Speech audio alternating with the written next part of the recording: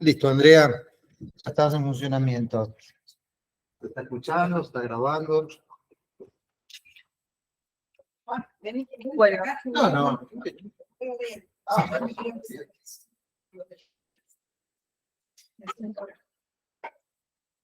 Bueno, para los que no me conocen, mi nombre es Andrea Reynoso, soy endocrinóloga infantil, pediatra endocrinóloga infantil, soy la endocrinóloga infantil de acá de la clínica y trabajo en el Hospital de Niños también. Sí, bueno, y hoy vamos a hablar de insuficiencia suprarrenal. Bueno, ¿qué es la insuficiencia suprarrenal? Es la incapacidad de las glándulas suprarrenales para mantener una secreción hormonal adecuada, no solo en situaciones basales, sino en situaciones de estrés. ¿Sí? ¿Qué producen las glándulas suprarrenales? 3 hormonas. Los glucocorticoides, que es el cortisol, los mineralocorticoides, que es la aldosterona, y los andrógenos. ¿Sí? Antes se estimaba que la tasa de secreción de cortisol era de 12 a 15 miligramos por metro cuadrado de superficie corporal, pero en los últimos estudios se ve que es mucho más bajita, ¿sí?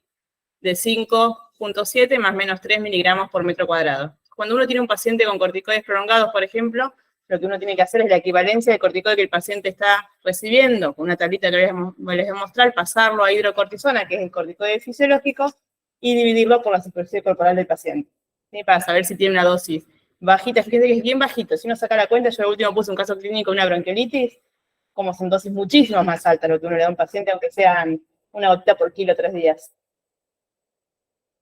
Y esta tasa puede estar aumentada de 2 a 5 veces en caso de estrés. ¿Sí? En COVID, cuando estuvimos en la época de la pandemia con COVID grave, se decía que el paciente que recibe, por ejemplo, una hiperplasia suprarrenal congénita que está medicada con COVID, por ahí con COVID tenía que triplicar la dosis habitual, ¿sí? Si tenía fiebre, cuando estaba enfermo. Bueno, este es un cuadrito que habla de la fisiología del eje, ¿sí? Acá está la hipófisis y la adenohipófisis, que secretan, bueno, el hipotálamo secreta el CRH, que estimula la hipófisis para que fabrique la hormona, que es la que medimos en sangre, la ACTH, y nuestras glándulas suprarrenales fabrican el cortisol y las otras hormonas de las adrenales, ¿sí? Y hay un feedback negativo en esto. Entonces, cuando uno tiene un paciente para valorar, ¿qué vamos a pedir? El cortisol, que en una insuficiencia va a estar bajo, y la ACTH me va a medir si es un problema de las adrenales o de la hipófisis o más arriba del hipotálamo, ¿sí? Entonces, que la CTH sería por ahí la clave para definir si el problema es primario de las glándulas, secundario de la hipófisis o terciario del hipotálamo. En la práctica, si uno tiene un paciente que sospecha una insuficiencia adrenal, lo que hay que hacer es sacar el cortisol, si se puede sacar la muestra de CTH mejor, pero la CTH no es algo que vas a tener nunca en el día. Y la muestra de CTH es complicada el procesamiento, porque tiene que ir con hielo. O sea, la extracción no es tan fácil. Pero el cortisol sí, pues con un tubito seco y es más fácil. Pero la CTH se tiene que repetir con frío, si no, no se puede procesar. Entonces, la insuficiencia adrenal son los conjuntos de signos y síntomas ocasionados por el déficit de glucocorticoides, que también puede afectar el sector mineralocorticoideo. Entonces, si la afección es en la glándula, es una insuficiencia suprarrenal primaria o enfermedad de Addison, que es lo que la glándula está comprometida. Si es secundaria, el déficit de ACTH puede ser hipofisario, o terciaria es cuando el problema está en el hipotálamo, no en un paciente operado de un tumor cerebral. Es hipotalámico, o sea, CRH, ¿no? Sí, no se hacen las pero no se hacen. Es ACTH. O sea, lo sacás por descarte en la por la causa, sí. Claro. Le pedís ACTH igual. Perfecto. Bueno, este es un cuadrito que habla de las causas de insuficiencia suprarrenal, de las primarias, o sea, cuando la glándula está afectada, puede ser una insuficiencia suprarrenal total, congénita. Bueno, ya hablamos en la anterior que la primera causa en pediatría es la hiperplasia suprarrenal congénita, que por suerte ahora se diagnostica por la pesquisa neonatal, ¿sí? Pero antes pre-pesquisa, pero ahí los pacientes llegaban las nenas virilizadas, o los varones tenían la pérdida salina a los 15, 20 días y se morían, ¿sí? Por eso la pesquisa en realidad lo que intenta evitar son las muertes de los varones con hiperplasia suprarrenal congénita, perdedora de sal, porque los varones no se nota la virilización. Por ahí pueden tener un poquito más hiperpigmentado, un poquito más grande el pene, pero son varones. En cambio, las nenas, el diagnóstico es fácil porque ya nacen con genitales ambiguos, ¿sí? Entonces, en realidad, la pesquisa, el motivo es que no se mueran varones con hiperplasia, así que sería la causa más frecuente. Después están las adrenoleucodistrofias, ¿sí? Que hay una familia de 2 nenes acá en La Plata que consultan a veces acá en la clínica que tiene adrenoleucodistrofia. Esas serían las 2 causas más frecuentes congénitas. Después de las adquiridas, las autoinmunes, ¿sí? Que puede ser aislada o asociada a síndrome poliglandular. Y después un montón de infecciones. Cualquier cosa que te afecte las suprarrenales puede dar insuficiencia. Si vos tenés una TBC en las suprarrenales, una micosis, una parasitosis, HIV, una sepsis, o todas las enfermedades de depósito también. ¿Sí?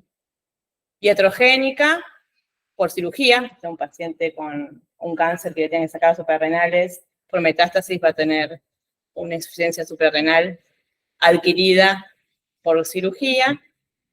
Y después más raras, que no las subrayé, que son deficiencias de glucocorticoides aisladitos, que son hiperplasia suprarrenal congénita, pero de formas no tan frecuentes, que escapan a la pesquisa, ¿sí? O insuficiencia aislada de glucocorticoides, resistencia a CTH, que también son cosas re raras. O el síndrome de AAA, pero bueno, esto no lo vamos a ver mucho en la práctica. Y las deficiencias de mineralocorticoides, por ahí vienen por ahí más derivados de la parte de nefro, que son pacientes que tienen con hipertensión, ¿sí?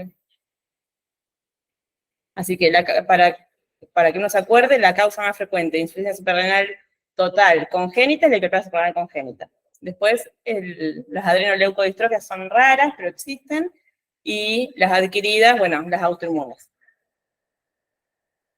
De las secundarias, bueno, la causa más frecuente es la corticoterapia crónica, que eso sí tenemos un montón, ¿sí?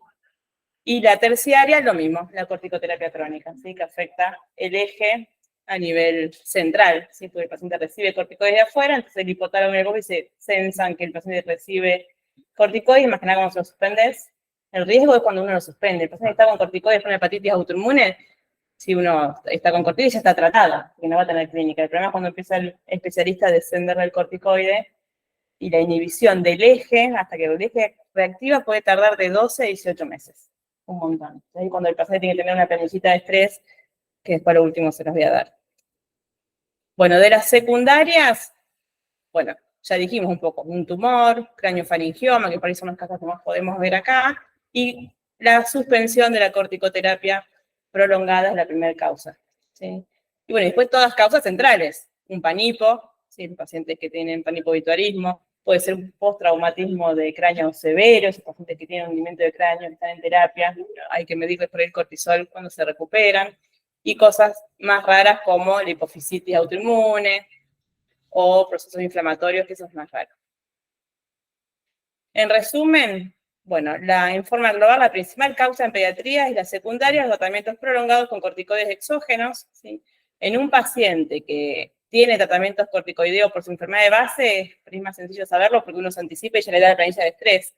Pero yo siempre me acuerdo, mi primer paciente que tuve acá en el consultorio, en la clínica, cuando empecé el consultorio, era un Cushing exógeno, sí, porque tenía muchos cuadros respiratorios, y el pediatra por teléfono le decía, dale el peso más 2 de corticoides cada 8 horas, y se gastó en un año 5 frascos.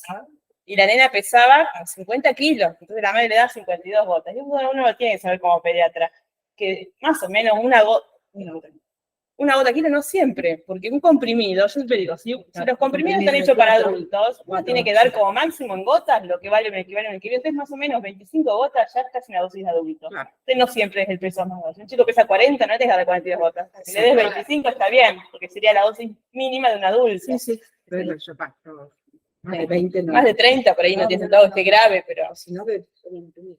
Y tardó como un año en sí. Bueno, entonces en los primeros 3 años, bueno, la cabeza, la primera causa va a ser la hiperplasia suprarrenal congénita, que por suerte se diagnostica por pesquisa, la hipoplasia suprarrenal congénita, que es rara, y una hemorragia de las suprarrenales en forma bilateral, que eso uno lo puede ver en la neo, con partos muy traumáticos, ¿sí? Que eso generalmente de a poquito se regenera, ¿no? Se va el hematoma y regenera, pero por ahí tiene que tener la planchita de estrés o tratarse, ¿sí? Y en chicos más grandes empieza a ser la causa autoinmune la más frecuente. Bueno, entonces la insuficiencia córtico-suprarrenal primaria o enfermedad de Addison, para que uno tenga síntomas de esta enfermedad, el 70 al 90% de la glándula tiene que estar destruida.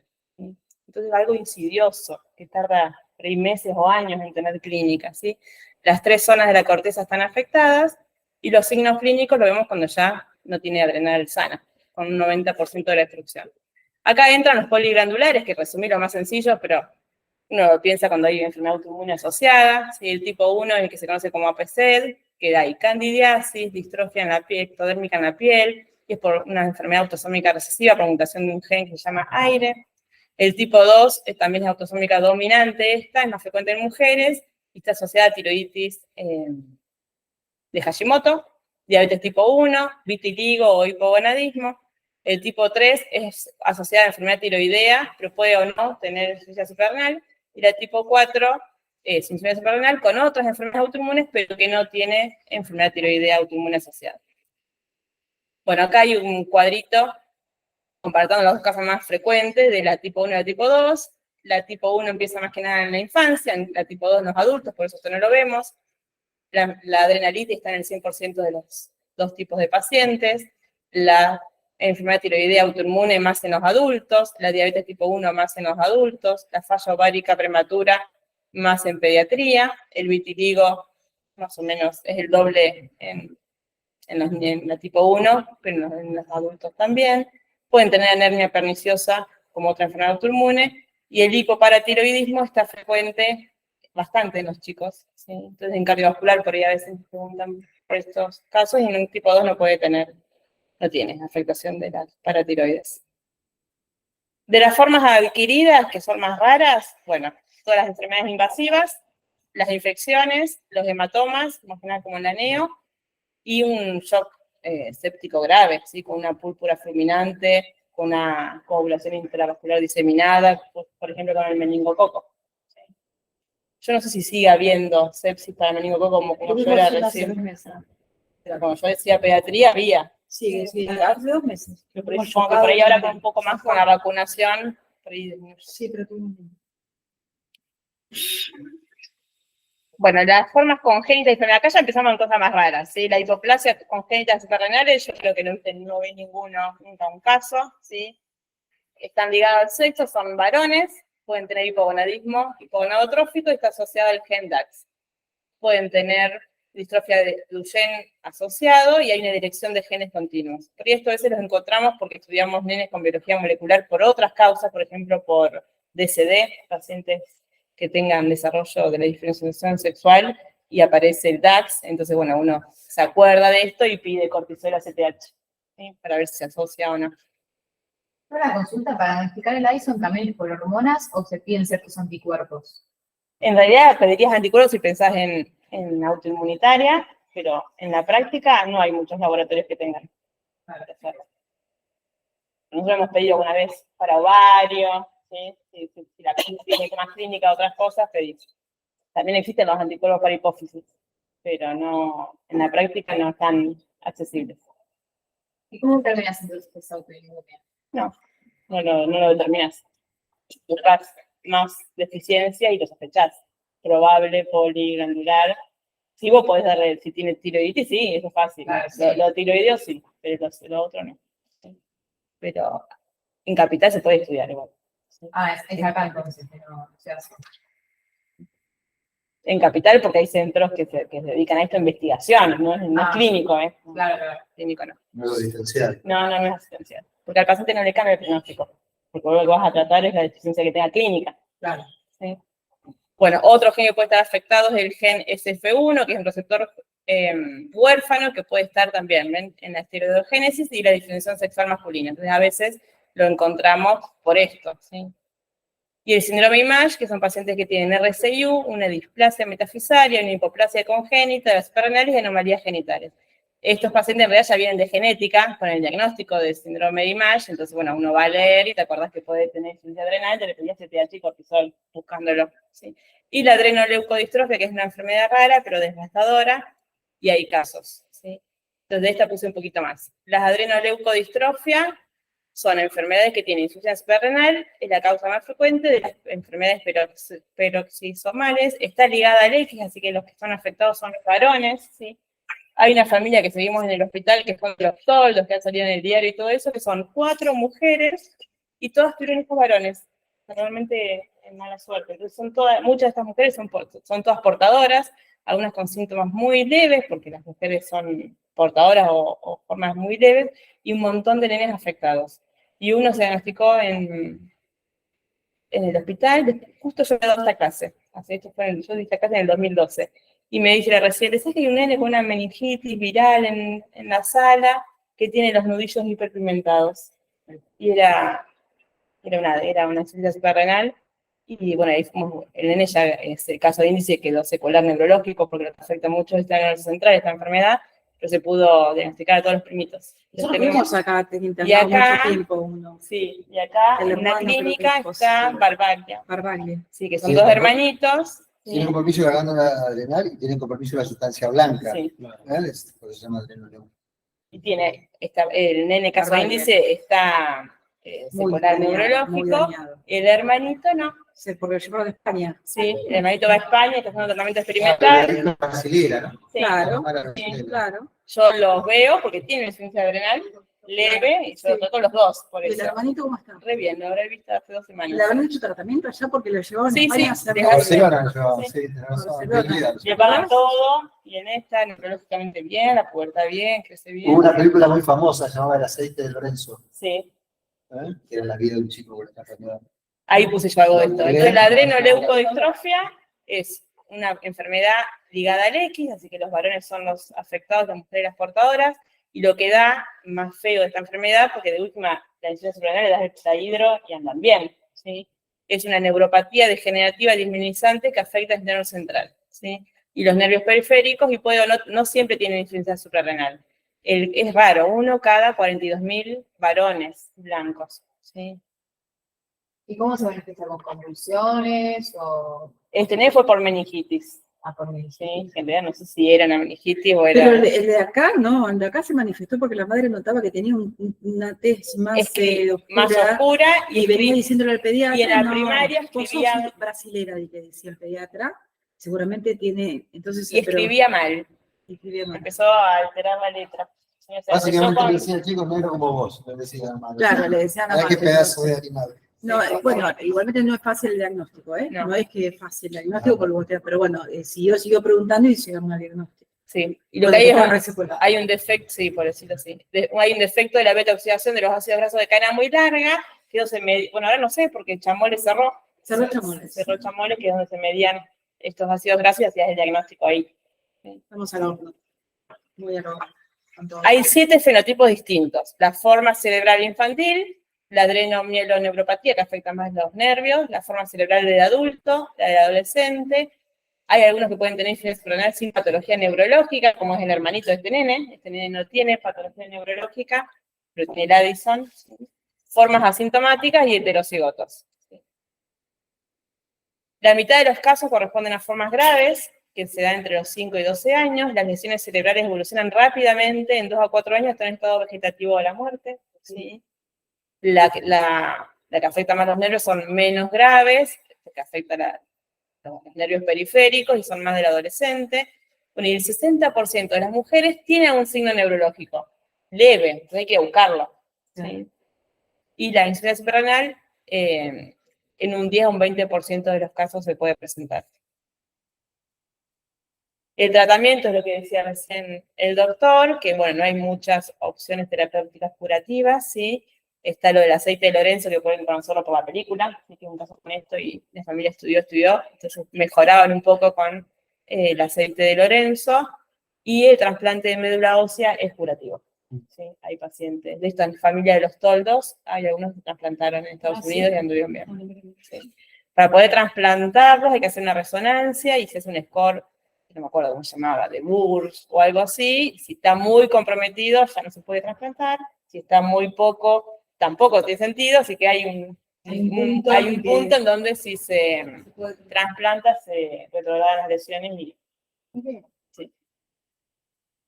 Bueno, ¿por qué se produce la insuficiencia suprarrenal primaria? Bueno, baja el cortisol porque las glandulitas no están andando bien, ¿sí? Conduce un desenfreno de la CTH, entonces una medida de CTH está muy alta y empiezan a aumentar un montón péptidos derivados de la PON que están en la hipófisis, por eso lo que da clínica la insuficiencia suprarrenal primaria es la hiperpigmentación. diferente a las causas secundarias y terciarias. Entonces, los nenes que tenemos acá, que hay varios, con panhipo, los nenes que están en terapia, y no están hiperpigmentados, porque lo que está afectado acá es la hipófisis o el hipotálamo, entonces no está mandando a CTH para que esas glándulas funcionen, pero las suprarrenales no funcionan mal, lo que le está faltando es el estímulo para funcionar. En cambio, en la insuficiencia primaria, lo que está afectando es la glándula, no está funcionando bien, el cerebro intenta compensar esto, entonces empieza a aumentar la CTH un montón, ¿sí? Entonces el laboratorio es la CTH muy elevada, más de 100, con cortisol muy bajito. Y es claro la hiperpigmentación que se da más que nada en encías, en nudillos, en rodillas, en cicatrices, y si es un Addison muy severo, toda la piel. ¿Y hiperpigmentación por qué Periodificial, ¿no? es? ¿Cómo? Y periodificial. Sí. ¿Por qué es la hiperpigmentación? Por aumento de la POM, que es la propia melanocortina. Ah, La CTH conserva su ritmo circadiano y responde a la retroalimentación negativa, disminuyendo la concentración. Bueno, si vos le das glucocorticoides exógenos, baja la CTH y mejora el paciente. Bueno, esto ya lo habíamos dicho, había que tener un 90% del compromiso de la glándula para que tengamos la clínica. Entonces, la clínica de la insuficiencia suprarrenal es gradual, por ahí puede llevarte años. Entonces, este es un cuadrito que detalla un poco toda la clínica que tienen los pacientes con insuficiencia suprarrenal. A nivel gástrico, un montón. Anorexia, náuseas, vómitos, diarrea, pérdida de apetito, dolor abdominal o epigastralgia. En la piel, bueno, la hiperpigmentación solo si es primaria. ¿Sí? Si es secundaria o terciaria, dijimos que no. Cardiovasculares, hipotensión arterial, más que nada si hacemos la maniobra de sentarlo y pararlo. Metabólicos tienen hipoglucemia, mareos. A nivel hidroelectrolítico, hiponatremia, hipercalemia. Bueno, y la astenia es llamativa, ¿sí? Los pacientes cuando vos les das la hidro, les cambia la vida. Y lo que pasa es que por ahí les lleva años, entonces lo toman como que su vida es así. Entonces por ahí no te dicen, lo tenés que ir a interrogar bien. Pero empiezan a tomar la hidrocortisona y les mejora un montón el cansancio. Pueden tener oligomenorrea o menorrea secundaria, y a nivel central pueden tener apatía, irritabilidad, un estado confusional. ¿Sí? O sea, es una enfermedad fea. ¿Sí? Hay diferencias cuando tenés una insuficiencia suprarrenal crónica, que es todo lo que dijimos recién, ¿sí?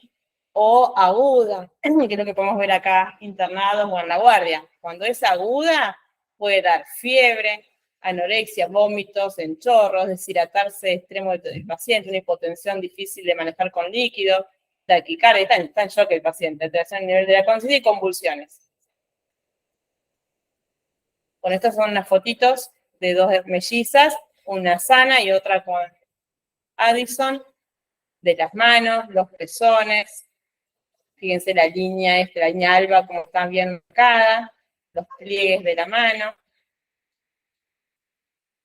Bueno, acá no se ve muy bien, acá, pero se ve, es clarito. Entonces siempre yo cuando veo un paciente que nos mandan sospecha de Addison, miro la densidad de los papás, porque a veces es una hiperpigmentación parcial y no tiene nada el paciente.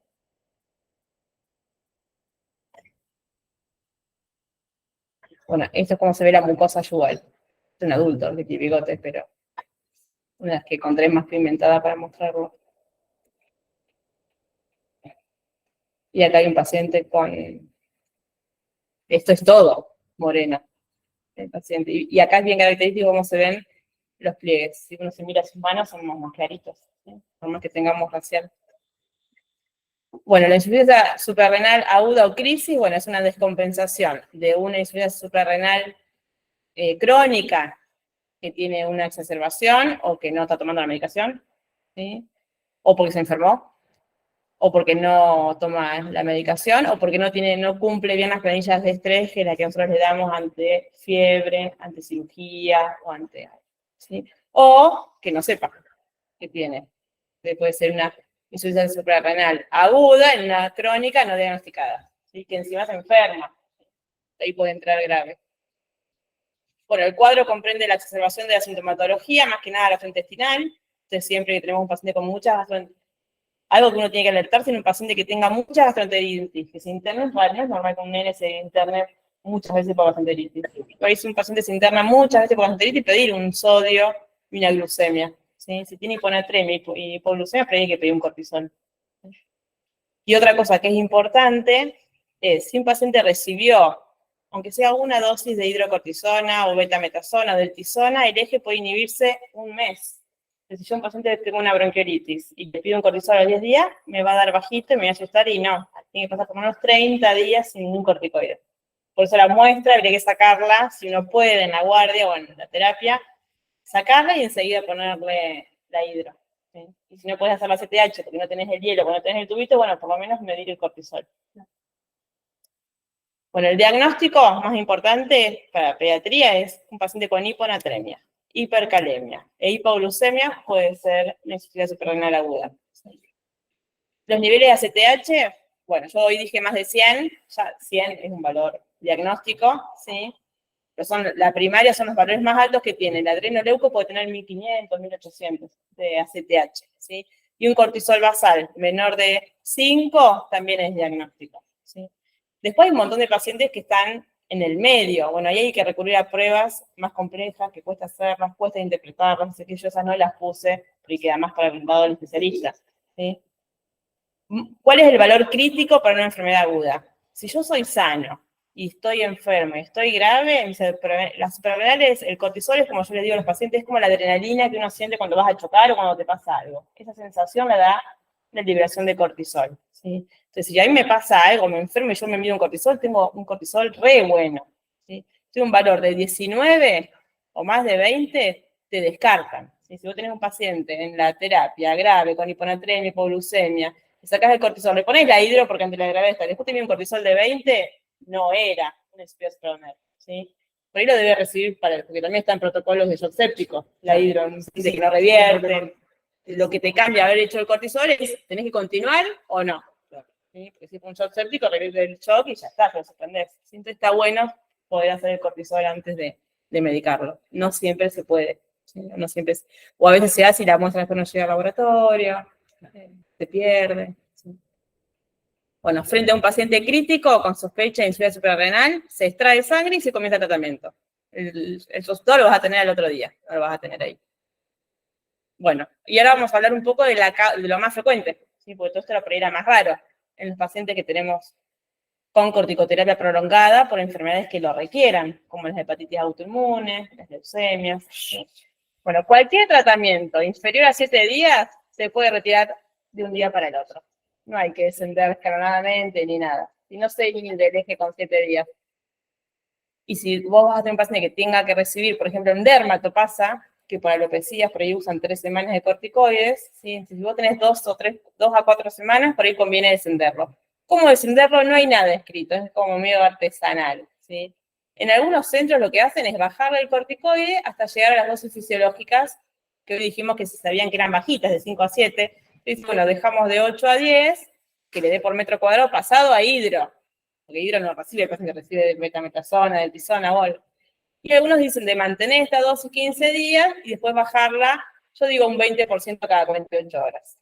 Esto en la práctica yo mucho no lo hago. Yo si el paciente recibe 4 semanas, le voy bajando un 20% cada 2, 3, depende de la dosis. Si está con deltisona 40 miligramos, una dosis alta, no es lo mismo que si recibió betametasona por una bronquiolitis, 3 semanas, ¿no?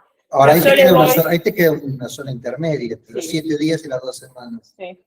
Menos 7 días suspender de golpe. Sí, entre 7 días y 2 semanas.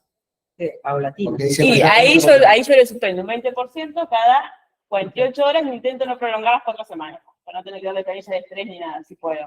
Entonces, yo tengo un paciente con 2 semanas, le voy bajando. Me fijo cuánto da. A veces le puedo bajar un 20% cada 3 días. La idea es intentar no prolongar nosotros el corticoide, claro. Bueno, igualmente la inhibición del eje depende de un montón de cosas. Del tipo de corticoide que estés usando, la dosis, no es lo mismo si estás dando salumedrol, por ejemplo, para una leucemia, que betametasona para una bronquiolitis, ¿sí? La duración y cuál corticoide usaste. Y hay una variabilidad individual recontra frecuente. Hay pacientes que pueden con betametasona hacerte una insuficiencia suprarrenal. Es poco probable. Yo siempre digo, en el hospital hay un montón de servicios que usan corticoides prolongados y no todos nos mandan para que hagamos planilla de estrés. Y en la práctica, uno no ve que estén internando en terapia o en la guardia muchas crisis adrenales agudas porque suspenden el corticoide. Entonces, la planilla de estrés hay que tenerla, pero tampoco abusar, ¿sí? Una pregunta aquí, por ejemplo, hay pacientes que haga la guardia o haga el consultorio y tiene 3, 4, 5 días, ya no. Si 10 días, otra vez tienen otra dosis de corticoides y así van. Así Bueno, ese fue como mi primer paciente que yo les conté que era un Cushing, era al revés ahí. Lo que te hacen en Cushing no te hacen una insuficiencia suprarrenal. Donde faltan sobretratados. Tienen la cara redonda, tienen estrías. Es raro. Yo ahí les doy planilla de estrés para lo grave nada más. No los medico vía oral. ¿Sí? Porque si no, yo siento que es. Pero en Capital, cuando yo roté, les ponían un mes con hidrocortisona a dosis bien fisiológicas. Sí. Después se lo suspendían y al mes le dosaban cortisona CTH. Si estaba normal, le dejaban las pautas de estrés por un año. A mí me parece que es sobremedicar y como que hacer más grave todavía la patología. Si mientras el paciente tenga la planilla de estrés grave, que lo grave para lo endovenoso, creo que alcanza y sobra. Y mandar a un neumonólogo para que le pongan un preventivo y no tome corticoides cada 15 días. Y lo que les decía hoy es que la recuperación del eje es re individual, puede tardar de 12 a 18 meses en reactivarse. Bueno, este cuadrito está bueno saberlo porque es para que ustedes puedan hacer la dosis que el paciente recibe, si estamos en una dosis fisiológica o sobretratada. Entonces el cortisol es el fisiológico, que el que yo uso es la hidrocortisona, que tiene equivalencia de 20. Entonces la prednisona de 5, el deflazacort que se usa mucho en los Duchenne, 7,5, la Dexa 0,75 y la Beta 0,75. Entonces si un paciente recibe, qué sé yo, 40 miligramos de Delti al día, yo digo, bueno, 40 miligramos de 20 miligramos de... Sería para que lo tengo que hacer en el papel. 40 miligramos de Delti, ¿cuánta equivalencia es por metro cuadrado? Le digo, 20 de 1 de cortisol es 20 la equivalencia. X, 40. Me va a dar... En realidad esa equivalencia de 5 es de meprednisona, ¿no? Claro. No de prednisona. Sí. La prednisona es 4 y la meprednisona es 5. Sí. Que es la que más usamos en la práctica. Sí. Y le hago la superficie corporal. Bueno, hay un ejemplo que se va a ver mejor. ¿Se sigue tomando como fisiológico 20? No, esta es la equivalencia. ¿Cuánto vale? El poder Que tiene el corticoide. Claro. Ok. el tratamiento. Bueno, es una urgencia, la insuficiencia suprarrenal aguda. Hay que reponer líquidos, corregir el desequilibrio ácido-base, normalizar los iones y darle glucocorticoides endovenosos. ¿Cuánto? Pues también está rediscutido. Más o menos un bolo inicial de 48 60 miligramos por metro cuadrado. Yo acá le puse entre paréntesis porque me parecía práctico 25 la dosis mínima, 100 en el grandote, ¿sí? Por si no tiene tiempo de sacar las cuentas, ¿sí? Y continuar con una inyección de 48 60 por metro cuadrado cada 6 horas. Tras 24 horas de haber iniciado el tratamiento, se empieza a descender. Y ahí tenés que darle la dosis de mantenimiento, que puede ser vía oral. Si haces vía oral, la dosis de 15 a 20 miligramos metro cuadrado por día si usas hidro, en 3 dosis, ¿sí? Generalmente. Y el tratamiento con mineralocorticoides, esto es si es hiperplasia. Si no es hiperplasia, no. ¿Sí? Esto para ustedes, pero bueno, esto no se lo digo. ¿Sí? Algunos autores refieren que la dosis de hidro podría ser más bajita, no 15 a 20. ¿Sí? Y en las secundarias tienen que saber que la dosis puede ser solamente ante estrés. No siempre hay que dejarlos de mantenimiento. Y vos tenés que sacar de la crisis y después ver. Si no hay hiperplasia, obviamente, tiene que tomar porque necesita el tratamiento para vivir. Pero por ahí sí era... Nosotros tenemos un paciente que estamos compartiendo con vos ahora en la terapia, que creo que Nani te quería consultar ahora. Bueno, ese paciente está con hidro, pero el cortisol había salido 0. Pero había recibido corticoides unos 4 días antes de... ¿Sí? Sí. Entonces yo le dije, bueno, si no es hipoglucemia y no está mal, esperemos un mes y midamos el cortisol de vuelta. Ese es un nene con patología central. Sí. Bueno, ¿qué pasa si yo me paso de corticoides? Que es lo que preguntaba usted, pero todo lo contrario. ¿Sí? Si yo me paso, puedo hacer un Cushing, que es todo lo contrario, ¿sí? Y puedo ganar peso, hipertensión, hiperglucemia. Me va a bajar. Los nenes con Cushing son obesos y bajitos. Vos le haces bien la curva, la nena, yo conté que fue mi primer paciente de acá, hace un año que me dio lo mismo. Se había estancado la talla, que hay pocas enfermedades que uno pueda ver eso. Y el peso estaba... fragilidad cutánea, cicatrización lenta, estrías y osteoporosis.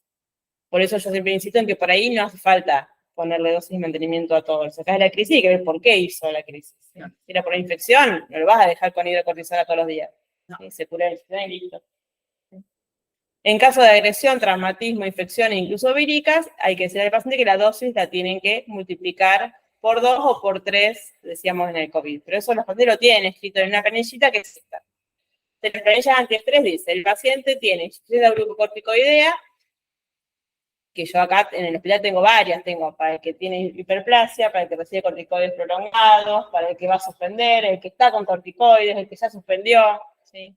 El que tiene un panico, que se mantendrá por un periodo de tiempo definir según la evolución del paciente, que más o menos de 12 a 18 meses. Mientras el paciente tenga la inhibición de este eje, no va a tener capacidad para la respuesta fisiológica de incrementar los glucocorticoides en situaciones de estrés.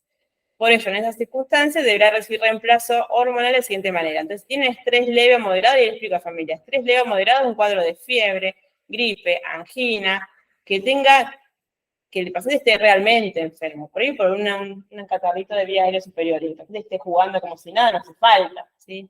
Entonces, acá yo la hidrocortisona, yo intento usar la hidrocortisona, que es el más fisiológico con menos efectos adversos. Entonces, lo calculo 48 miligramos metro cuadrado por día. Y se da cada 8 horas. Y los comprimidos vienen de 10. ¿Superar la enfermedad? No lo sigue tomando, ¿no? Si el paciente recibe deltisona porque tiene hepatitis autoinmune, y a mí la cuenta de la equivalencia ya me da que está en esta dosis, no le digo nada. O sea, cuando el estrés leve tiene importancia, por ejemplo, en las hepatitis autoinmunes, cuando el hepatólogo le está por suspender el corticoide. ¿Sí? Si está con corticoide, ¿por qué le va a dar otro? Si ya el que tiene es mucho más alto la dosis que la que recibe normalmente. Esto no fue muy bien. Y los pacientes que tienen hiperplasia suprarrenal congénita, que reciben el Lonican, no se aumenta el Lonican, eso se deja igual. ¿Sí? Y si van a recibir endovenoso, se suspende el Lonican, porque la hidrocortisona endovenosa tiene función mineralocorticoidea. ¿Sí? Entonces ahí le suspendes. Si un paciente tiene intolerancia oral, o sea, un cuadro de vómitos, diarrea, pero no tiene otro cuadro que te indique que está en crisis el paciente porque está bien, uno le tiene que decir a la familia, quizás la hidrocortisona o el corticoide que está tomando no lo está absorbiendo. Entonces ahí entra la vía parenteral. Y la dosis es 30 miligramos metro cuadrado por día, porque el paciente no está en crisis, es solamente que no la va a absorber porque no la está tomando. Y siempre que demos corticoide parenteral es cada 6 horas, no cada 8. Cada 8 sobre la vía oral. Superado el cuadro de intolerancia, sobre lo que les digo es que hagan 2 días de estrés leve y después que vuelvan a la dosis habitual. Y acá es donde empieza la planilla más importante, lo grave, lo que uno quiere es que el paciente no se muera por una crisis. ¿Sí? Entonces, si el paciente tiene clínica de crisis adrenal, vómito, dolor abdominal, decaimiento extremo, que va a ser cualquier causa que va a estar internada, no va a estar en la casa así, entonces esto se lo muestran a los médicos, hay que saber que hay que darle hidrocortisona, endovenoso, pero si el paciente está muy chocado, a veces no le encontramos las venas, entonces se puede dar intramuscular.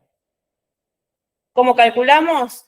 Un push a 40, 60 por metro cuadrado, dosis, y después le seguís con la misma dosis cada 6 hasta que se recupere. Superado el cuadro, volvés al estrés leve, como habíamos dicho hoy, 2 o 3 días, y después, bueno, si tiene una enfermedad que le merece, sigue con su corticoide. Un estrés grave es un paciente que tenga una enfermedad que requiere internación, no como una neumonía, ¿sí? Entonces le decís que reciba la hidrocortisona igual que hoy, pero sin el push. Y en caso de cirugía, que esto sí pasa un montón, le tiene que mostrar al cirujano que hay que darle una dosis de estrés, que es 48 miligramos metro cuadrado dosis, 1 hora antes de la cirugía, durante la anestesia la misma dosis, y luego de la anestesia cada 6 horas. Superado el cuadro, bueno, vuelve a dosis de estrés leve hasta que se recupere. Si es una extracción de una muela, pero ahí no hace falta. Acá estamos hablando de anestesia. ¿Sí? Y esto es más sencillo. En vez de saberse todo eso, está como resumido para que se prenden las dosis. Si tienen menos de 3 años, le das 25 de push. Y después seguís 5 cada 6. Si tienen entre 3 y 12, 50. Y luego 10 cada 6. Si tienen más de 12 años, 100. Y luego 25 cada 6. sea, es más sencillo que en la práctica Sirve igual. sirve igual. ¿Sí? Y acuérdense que si es una hiperplasia, el Lonicam, mientras está recibiendo endovenoso, no se da, ¿sí? Porque ya el corticoide endovenoso suple la función mineralocorticoidea del Lonicam. Así que esto también es más fácil, 25, 50, 100, y lo mismo lo dividís en 4 y listo, ¿te acordás? Bueno, esta es una foto que me gustó porque no son afectados, pero pensé que estaba linda. Y este es el caso que yo quería mostrarles, por ejemplo, hagamos un ejemplo. Si tenemos una bronquiolitis de un bebé de 10 kilos, la dosis que usamos vía oral es 1 miligramo kilo de meprednisona, que son 2,5 miligramos cada 6 horitas. Si el chico está grave, más o menos le pasamos de 10 a 20, ¿no? De hidro. Entonces sería 25 miligramos cada 6 horas. Si yo quiero hacer la equivalencia, yo digo así. 5 miligramos de meprednisona equivalen a 20 de hidro. Es lo que vos preguntabas, ¿viste? La equivalencia es 20. ¿Sí? Entonces, 10 miligramos, ¿sí? Que voy a usar en este paciente, equivale a 40 de hidro. Eso al día. Lo tenemos que dividir por la superficie corporal. La superficie corporal de un nene de 10 kilos es 0,47. ¿Sí? Entonces, 40 dividido 0,47 me da que 85 miligramos metro cuadrado por día vía oral. Entonces, fíjense que para una bronquiolitis de las habituales que manejamos en la guardia, la dosis que uno le da de hidrocortisona es 85 por metro cuadrado. ¿Sí? Si uno hace la misma cuenta, y acá lo puse con la hidro endovenosa, 100 miligramos de hidro por día son 200 miligramos metro cuadrado por día de hidrocortisona. Imagínense una hepatitis autoinmune, pero recibe 300 miligramos por día. Entonces, la hepatitis autoinmune, ¿cuándo va a requerir la canilla? Cuando el hepatólogo le empieza a suspender. Y mientras esté con corticoides, vos le podés dar la canilla de estrés grave por si... Vos decís que las dosis de tratamiento habitual de la mayoría de la patología están por encima de la dosis de estrés. Como 20 veces más.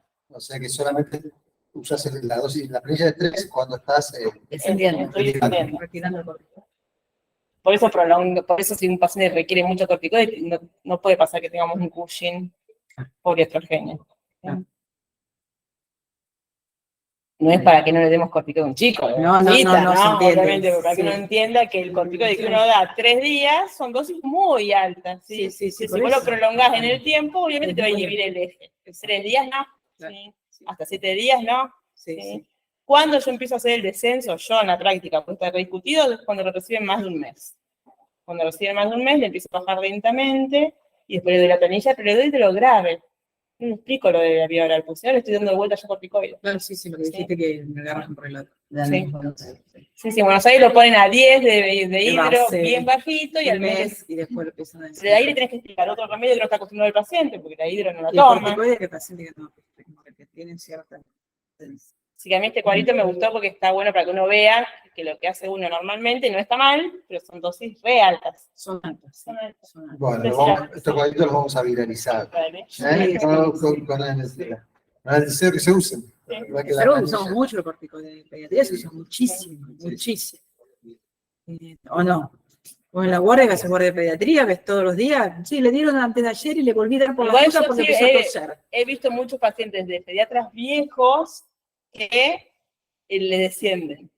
Como que ahí le dan más de 3 días y muchos de ellos dan Antes, no está mal. antes se daban 5 días, 5 después días. se pasó a 7. Era como Yo doy 3 nomás, 5 en un paciente grave. Entonces, si con 3 no mejoró, ya. No, mejora. Ya Pero está. bueno, Ya está. Si no hago mejoró, tanta pediatría. Exacto. Sí. Realmente son 3 días, 3, 5. Pero bueno. Pero veo muchos que por ahí tienen 7 y les descienden. No está mal, no hacen palotinos por ahí para no inhibir el eje. Pero estamos prolongando los días. Si vos podés dar 7 y suspender de golpe, ¿para qué le vas a decir después de hacer cada... Yo veo muchos que dicen 3 días, cada 8, después cada 12, cada 24. Sí, pero ahí lo estás prolongando vos 15 días. Claro. ¿Qué le hace Lo al importante es tener el paciente? concepto de 7, porque también en la internación vos tenés pacientes que están medicados con corticoides, aún en terapia, lo tenemos 7 días, para extubarlo lo dejamos, no olvidamos. Y bueno, Tampoco para estar 7 días. pidiéndole cortisona a todo el mundo, porque No, no tomar todos obviamente. bajos y... No, obviamente. No, el que tenemos ahora lo pedimos y no sé quién se le ocurrió a la chica o a Claudia. Lo Chica. pidieron, pero Lo pidieron porque el paciente no lo podíamos detectar de los sinotrópicos. claro, pero había Persona de recibido clase. 4 días previo corticoides. Entonces no se sirve, ya te lo inhibió. Una dosis, hay que esperar un mes entero. Claro. Te Entonces preguntaba por qué lo pidieron, porque está con hipoglucemia, convulsiones, No. porque si es el caso, si le pongo la hidro y lo revaloramos más adelante. Te inhibió el eje, pero el cortisol nos vino bajo. ¿Sí? Que salió después de corticoides. Sí. No Claro. puede salir después de corticoides. Está 30 días a céfalo de Sin corticoides. corticoides para que los pueda hacer el cortisol. O sea, había que haberlo puesto antes de los Sacador. no recibió muchos días, me dijeron, ni 3 días eran. Sí. Sí. Una dosis de betagliflozona Inhibe. inhibe.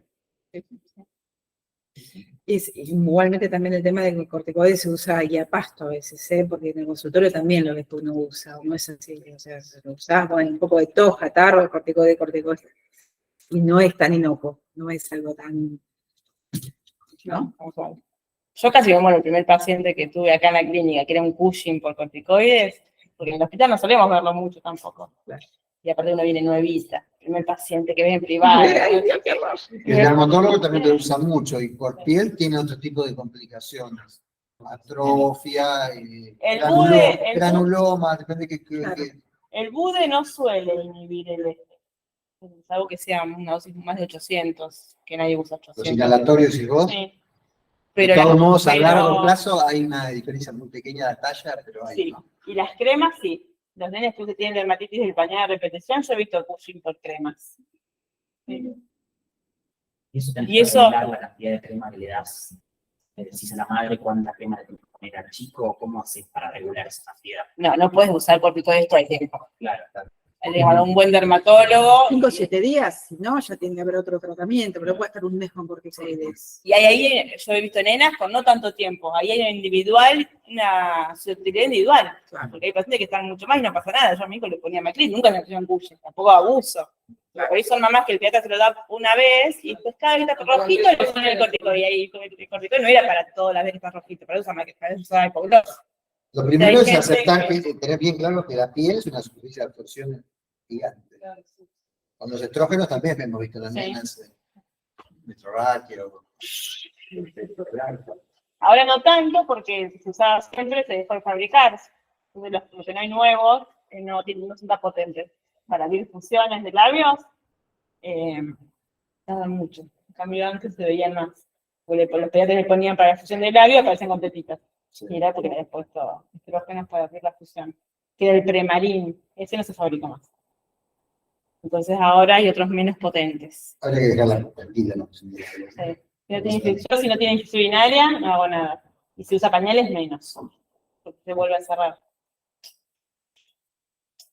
Bueno, excelente. Bueno, chicos, espero que les haya servido. Chicas, ¿ustedes quieren preguntar algo por ahí? Hola, ¿cómo están? No, la verdad que re clara la clase. Bueno. Gracias. Ustedes están en el grupo de WhatsApp, ¿verdad? Así que después cuando ponemos el video, todo. lo Sí, reciben. está Marianela Piñero, está en el grupo, sí. Bueno, perfecto. Bueno, Bueno, muchas gracias, chicos. Gracias. ahí está bien. Bueno, Andrea, te libero. Uso que...